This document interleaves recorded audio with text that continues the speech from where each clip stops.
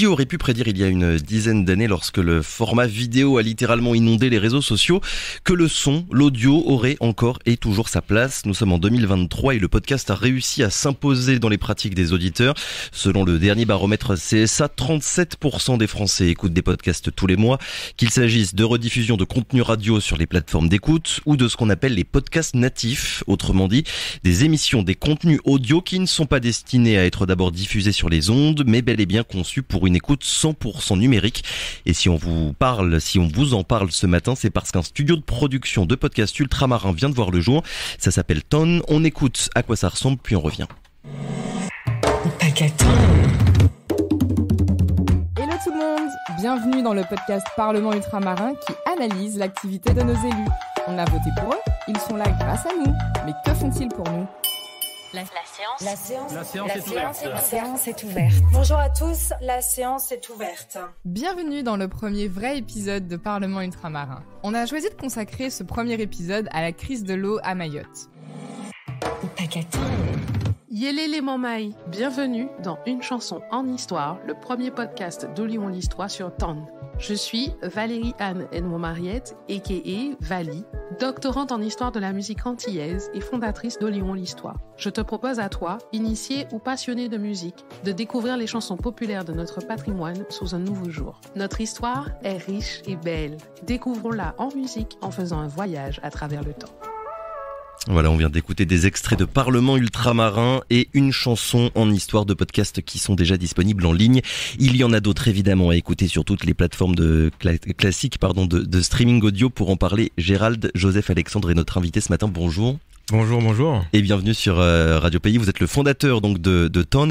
C'est quoi l'idée de départ quand vous avez décidé de vous lancer des podcasts? Il y en a déjà énormément. La concurrence, on le sait, elle est rude.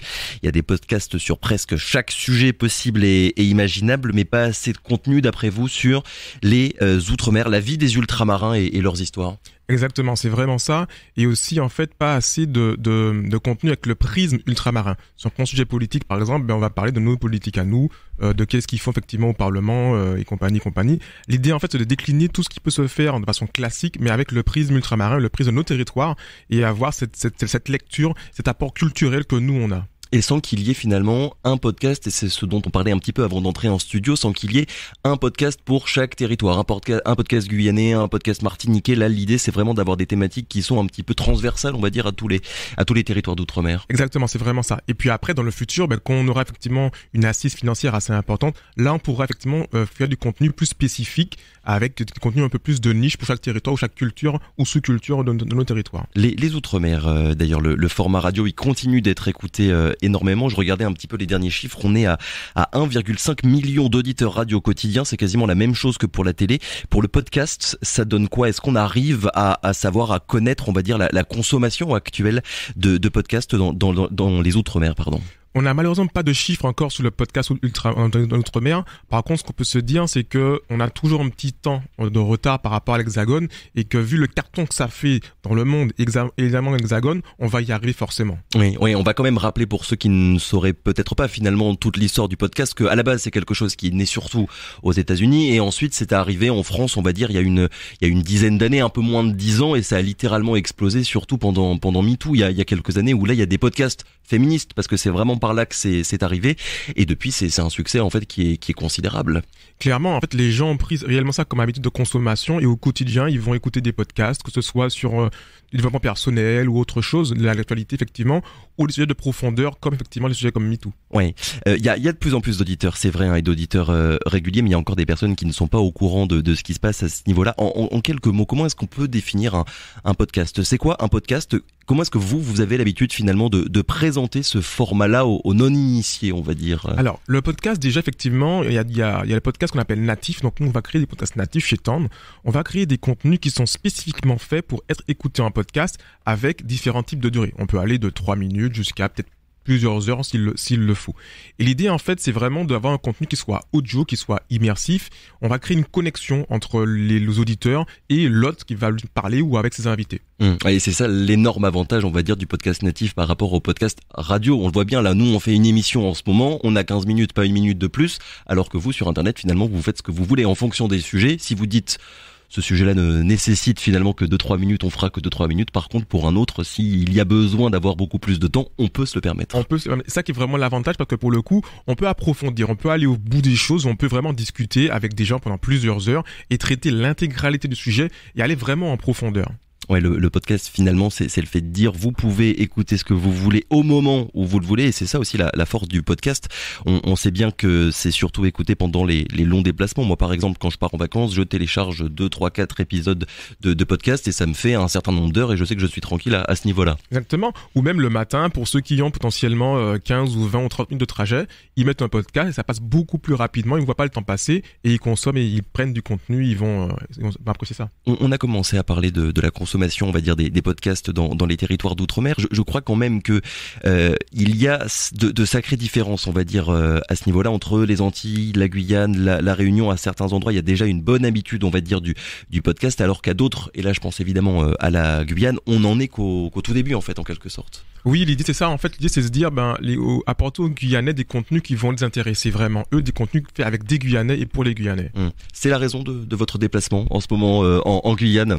Pour ne vous cacher complètement, c'est vraiment ça. En fait, l'idée c'est de voir avec qui on peut créer du contenu en local, quels sont demain les futurs gros podcasteurs en local et voir ce qu'on peut apporter de par notre expertise et de développer effectivement Tone sur le territoire guyanais. Vous cherchez quel genre de profil là finalement en ce moment en Guyane pour vous rejoindre? Alors, on va chercher différents profils, d'abord des podcasteurs, que ce soit des jeunes femmes ou des jeunes hommes qui ont envie de créer du contenu, qui ont envie de devenir demain effectivement un gros podcasteur, et puis également des entreprises pour créer des podcasts dits de marque, parce que finalement c'est un peu le nerf de la guerre, c'est un peu l'argent, et donc c'est ça qui va nous permettre de nous développer sur le territoire. Vous avez déjà des pistes de réflexion, on va dire, des idées de personnes, de candidats qui pourraient venir avec vous? Il y en a 2-3 que j'ai rencontrés effectivement déjà hier, ça allait très très vite, mais on travaille effectivement à voir comment on peut pérenniser un petit peu tout ça, parce que l'idée c'est de durer et s'installer pour très très longtemps. On en est à 5 podcasts différents pour l'instant, c'est bien ça. Est-ce que vous pourriez nous résumer finalement les 5 différents podcasts que vous produisez déjà et qui sont déjà disponibles? Bien sûr. Alors, il y a le premier podcast qui est ce qu'on appelle donc les aventures de Compé Manikou. C'est un podcast pour enfants. Donc, c'est le premier podcast pour enfants des territoires dits d'outre-mer. L'idée, en fait, c'est de créer une expérience complètement immersive pour les enfants avec de la faune, la flore et la culture, en fait, de chez nous, pour que l'enfant ait des repères qui n'écoutent pas des formats dits hexagonaux avec des repères qu'il n'a pas. Et donc ça c'est le premier format qu'on a sorti. Le deuxième, c'est une chanson en histoire qui est un format lié à la musique où on va décrypter des chansons de notre culture en 10 à 15 minutes avec une super autrice qui s'appelle Valérie Anne-Mariette. Et donc l'idée, on a déjà fait des épisodes par exemple sur Kassab, donc sur Siwo, c'est une biroir. Et donc on va donner des secrets de fabrication. Donc, qu'est-ce qui s'est passé, quelles sont les choses que personne ne sait, et quel a été l'impact de ces chansons-là au moment où elles sont sorties dans le contexte économico-social. Ça c'est vachement intéressant. Le troisième, c'est Parlement ultramarin, qui lui, comme son nom l'indique, va parler un petit peu politique. L'idée c'est de mettre en lumière ce que font ou ce que ne font pas nos parlementaires, du coup en hexagone quand ils sont au Parlement, donc au Sénat et à l'Assemblée nationale, qu'on ait vraiment l'idée de différents sujets en fait qu'ils vont porter. Par exemple, on a pu aborder le sujet de la crise de l'eau à Mayotte, et le prochain sujet sera sur la Guyane avec effectivement la partie sur le transport aérien. Et il reste encore 2 podcasts. Là, on est à 3. On est à 3, ouais. Exactement. Vous avez vous aussi un podcast. Vous n'êtes pas que le fondateur de la plateforme. Il y a aussi un aspect, un travail de votre part à ce niveau-là. Tout à fait.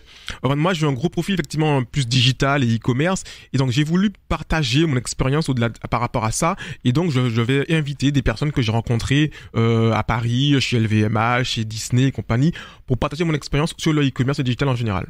On en a dit quelques mots, mais j'aimerais quand même qu'on revienne un petit peu sur cet aspect-là des choses, sur l'ambition finalement initiale de votre plateforme de Tone. C'est vrai que quand on regarde les médias traditionnels de l'Hexagone, les sujets d'outre-mer, ils sont peu présents. Pour autant, il y a déjà des médias locaux dans tous les territoires d'outre-mer. Finalement, comment est-ce que vous voulez arriver à jongler entre le contenu qui existe déjà dans chaque territoire d'outre-mer et puis ce qui est aussi rapporté depuis l'Hexagone? En fait, les médias aujourd'hui dits locaux, oui, malheureusement, ils ont pas encore emboîté le pas du podcast. Alors, ils font effectivement un petit peu de replay, donc rediffuser des émissions radio. Par contre, le natif, et faire un petit peu comme France Inter fait en Hexagone, et développer plein de thématiques. Moi, en fait, je me positionne à côté d'eux. Oui. L'idée, c'est de proposer mon expérience, expertise pour dire, faisons ensemble, construisons ensemble. De toute façon, les marchés, ils sont petits en réalité. Donc, l'idée, c'est vraiment d'avancer ensemble et de construire des sujets qui vont intéresser les populations de façon générale. Donc il y a de la politique, de la chanson, vous en avez dit quelques mots, des contenus également qui sont destinés pour les enfants, c'est des thèmes et des sujets qui sont quand même très très différents. Comment est-ce que vous décidez de produire une émission en particulier? C'est une volonté précise à la base de votre part, ou bien c'est surtout aussi en fonction des personnes que vous allez rencontrer qui vont vouloir travailler avec vous? Parce qu'un bon podcast, évidemment, c'est un bon sujet, mais c'est aussi une bonne personne. Exactement, ça c'est des fois un petit peu le plus compliqué à trouver. Alors, c'est vrai que moi j'ai des idées, je voulais positionner Tand comme un producteur de contenu généraliste et avoir plein de thématiques pour que chaque personne, qu'elle ait effectivement 3 ans ou 80 ans, ait du contenu à sa portée. Donc ça, c'est comme ça que j'ai défini un petit peu les thématiques que je voulais aborder. Avec la musique, on va cibler très très très large en effet, même s'il y a quasiment 80% de femmes qui vont écouter ce podcast-là, mine de rien. Et puis effectivement, c'est trouver le bon auteur et le bon interprète également. Et ça, c'est plus délicat, effectivement. J'ai eu la chance d'avoir des gens autour de moi qui ont ce talent, et qui font les choses très, très bien. Ouais, vous me disiez juste avant d'entrer en studio que l'idée, c'était aussi d'avoir des sujets les plus larges possibles, parce que une des critiques qui peut revenir quand on parle de podcasts natifs, c'est de dire que ce sont des contenus de niche et qui ne s'adressent qu'à quelques personnes sur des thèmes qui sont parfois ultra spécialisés. Ouais, et effectivement c'est ça, mais c'est à la fois son inconvénient mais également son avantage, oui. Parce que là on a le choix de choisir ce qu'on veut écouter, et si on est féru de musique ou de politique, on va pouvoir consommer ça, on va dire de façon illimitée. Alors là, pour l'instant, qui vous écoute? Qui écoute Tand? Bon, ça ne fait que quelques semaines finalement que ça existe, mais je suppose que vous devez avoir déjà quelques données, on va dire, sur les écoutes. Qui vous écoute? Quel âge? Les hommes, les femmes? Voilà, est-ce que vous arrivez à avoir déjà des petites informations à ce niveau-là? Alors, ce qui est très drôle, c'est que ça va dépendre des podcasts. Effectivement, tout à l'heure, le podcast pour la musique, on est environ à 80%, non, un peu moins quand même. 60% de femmes qui vont écouter ce podcast-là. Le podcast pour enfants, alors là c'est compliqué d'avoir des données forcément pour les enfants, oui. Mais ce qui est intéressant, c'est que c'est plus des hommes qui remontent, donc c'est plus les papas qui ont peut-être pour configurer le téléphone ou l'enceinte connectée et qui vont faire écouter du coup à leurs enfants. Mais globalement, on est quand même sur plus de femmes pour le moment, oui. Sur nos podcasts qui vont être écoutés par les femmes. Ouais. Oui, là pour le coup, c'est quelque chose qui correspond déjà aussi aux consommations hexagonales. On voit bien que ce sont majoritairement des femmes qui produisent et des femmes qui écoutent. Exactement. Oui. Et puis par rapport à notre territoire où il y a beaucoup plus de femmes aussi également que d'hommes. La fréquence de publication de vos épisodes, ce sera quoi? Un podcast, je le dis pour ceux qui ne le sauraient peut-être pas, ça marche en saison avec un nombre d'épisodes comme une série télé en fait. À ce niveau-là, pour vous, ce sera quoi? Ce sera combien d'épisodes par saison, par mois, par semaine? Ça va dépendre du coup des podcasts. On aura donc le podcast musical. Lui, ce sera tous les 15 jours qui sera publié avec une petite pause de 1 mois à 2 mois pour refaire une nouvelle saison. Donc en gros, par an, on aura peut-être 2 ou 3 saisons.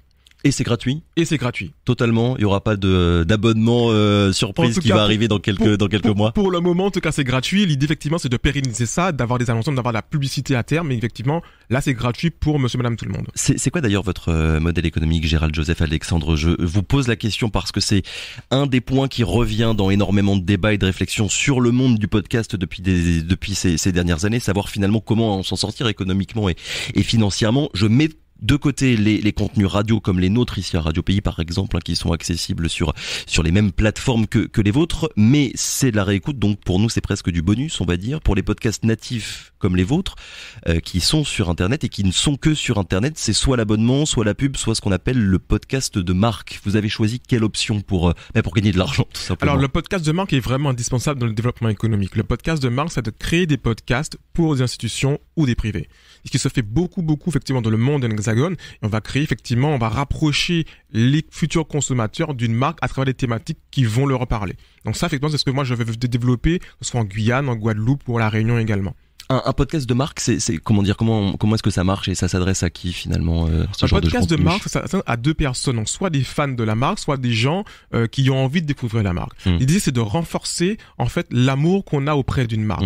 Et en fait en termes d'angle, on va pas juste vendre un produit. Je vais apprendre par exemple la General Electric, une grosse entreprise internationale, ils ont créé un podcast qui va parler un petit peu du futur. Voilà, donc c'est pas lié directement à eux, mais pour autant ils ont gagné des prix par rapport à ça. On va prendre aussi Dior, que tout le monde connaît, de haute couture Dior. Ils ont créé un podcast qui va raconter l'histoire de Dior, mais que personne n'a encore raconté. De leur point de vue, avec des secrets et compagnie. Tous ceux qui sont fans de haute couture et de fashion, ils vont aller écouter Dior Untold. Oui, en fait, c'est un peu le publi reportage de l'audio et des contenus audio, en quelque sorte, les podcasts de marque. Exactement. Et après, on peut aussi avoir des podcasts de marque, qui sont liés à de l'interne, qui pourront communiquer sur des thématiques en interne, soit sur du RH ou sur de la formation aussi également. Oui, c'est vrai qu'il y a des podcasts qui existent à destination des salariés d'une entreprise pour qu'ils connaissent finalement les dernières actualités de leur entreprise, qui parfois peut être gigantesque, et donc savoir un petit peu les dernières nouvelles et les dernières avancées. Je suppose que une des raisons pour lesquelles aussi vous êtes en Guyane en ce moment, c'est de trouver peut-être d'éventuels partenaires à ce niveau-là, des entreprises, des marques qui voudraient bien travailler avec vous pour bénéficier de ces contenus-là. Exactement, c'est vraiment l'objectif de marque aujourd'hui, c'est vraiment de développer effectivement le marché au niveau guyanais et de voir quelle entreprise en Guyane serait partante effectivement pour créer du podcast et créer en fait du coup une communication innovante par rapport à ça. Est-ce qu'il y a encore un travail, on va dire, à faire sur le monde du podcast quand vous faites un petit peu des déplacements dans tous les territoires d'outre-mer, que ce soit pour les auditeurs ou pour les personnes qui pourraient vous soutenir financièrement? Est-ce que vous avez l'impression qu'il faut encore, convaincre tout le monde que c'est un format, c'est un média qui est vraiment un média d'avenir en fait, le podcast? Très clairement. Sur nos territoires, je suis, on va dire, en avance de phase. Donc effectivement, l'idée, c'est vraiment de convaincre, leur montrer par des chiffres, leur montrer par la qualité des contenus qu'on va créer aussi, leur montrer par la légitimité qu'on est en train de prendre et aussi la connexion et la proximité qu'ils vont pouvoir se créer avec leurs futurs, avec leurs clients en réalité. Donc oui, il y a un gros travail pour convaincre effectivement toutes ces personnes-là, tout à fait. L'organisation de votre studio, comment est-ce que ça marche pour l'instant? Vu que votre objectif, vous nous l'avez dit, c'est de parler de tous les Outre-mer, je suppose évidemment que vous pouvez pas faire la tournée en permanence pour chaque podcast dans chaque territoire. Comment est-ce que ça se passe? Vous avez des personnes, on va dire, référentes qui sont basées un petit peu partout et avec qui vous travaillez? Exactement. En fait, pour le moment, j'ai poussé une personne par territoire. Si effectivement il y a un client qui a envie de faire quelque chose, il va d'abord rentrer en contact avec elle sur le territoire et après moi je vais venir. Ma vision elle est très simple. À terme, c'est d'avoir des studios sur chaque territoire. Et les personnes qu'on entend là actuellement dans les 5 podcasts qui existent, elles sont basées où? Alors, il y en a une qui est à Paris, il y en a 2 en Martinique, et il y en a qui sont aussi à Saint-Martin. Ok. Et pour toute la partie montage, habillage sonore, parce qu'un podcast, tout le monde ne le sait peut-être pas, mais c'est quand même énormément de travail. C'est pas juste enregistrer quelqu'un dans un micro. Pour toute cette partie-là de production, finalement, c'est où, c'est qui et ça se passe comment? Alors, je vais faire appel à des ingé-sons qui vont faire le montage ou l'habillage sonore. Aujourd'hui, j'ai un ingé-son qui travaille avec moi depuis le début, donc notamment sur le podcast Compé Manicou. Et puis, des fois, c'est moi-même qui vais monter des podcasts pour pouvoir effectivement produire. On débute, on fait ce qu'on fait avec les moyens qu'on a aujourd'hui. Et pareil, l'idée c'est de développer tout ça et d'avoir effectivement des gens qui vont pouvoir produire un podcast de A à Z en interne pour moi dans le futur. Vous me disiez tout à l'heure qu'il y avait une levée de fonds de votre côté, une action de crowdfunding pour récolter un petit peu d'argent. On en est où à ce niveau-là et c'est vraiment vital pour vous, pour la santé économique de votre plateforme, de recueillir suffisamment de fonds? Bien sûr, indispensable. Effectivement, il y a 2 niveaux. Il y a un crowdfunding qui a été fait effectivement déjà il y a quelques mois. On a réouvert un nouveau crowdfunding pour aider à la production de différents formats. Et puis, moi, je suis en phase de levée de fonds même pour des privés. L'idée, c'est de développer l'entreprise. Et bien sûr, si la lance est dans la guerre, tout le monde le sait. Et vu la vision que j'ai, l'ambition que j'ai, il faut des moyens assez importants pour développer ça rapidement et prendre une place sur le marché. Là, les prochaines actualités, on va dire, de Ton, c'est quoi? Je suppose qu'il y a d'autres podcasts qui sont dans les cartons, avec peut-être d'autres podcasts qui vont bientôt sortir. Avec d'autres thématiques, on va parler un petit peu plus finance, économie, on va dire, sur nos territoires. Et puis, on va continuer à développer les podcasts qu'on a déjà. Gérald Joseph Alexandre, merci beaucoup d'avoir été avec nous ce matin pour faire la première présentation de votre plateforme Ton, qui a été lancée officiellement il y a quelques semaines, même si ça fait un petit peu plus longtemps que ça dure. Allez-y, ça s'écrit T-A-2-N, c'est gratuit, il y a beaucoup de choses qui sont déjà disponibles. Bon courage, et vous restez combien de temps encore en Guyane là? Encore 3 semaines. Encore 3 semaines, le temps de trouver la meilleure personne possible pour rejoindre l'aventure. Merci encore, très bonne journée. Merci beaucoup, bonne journée.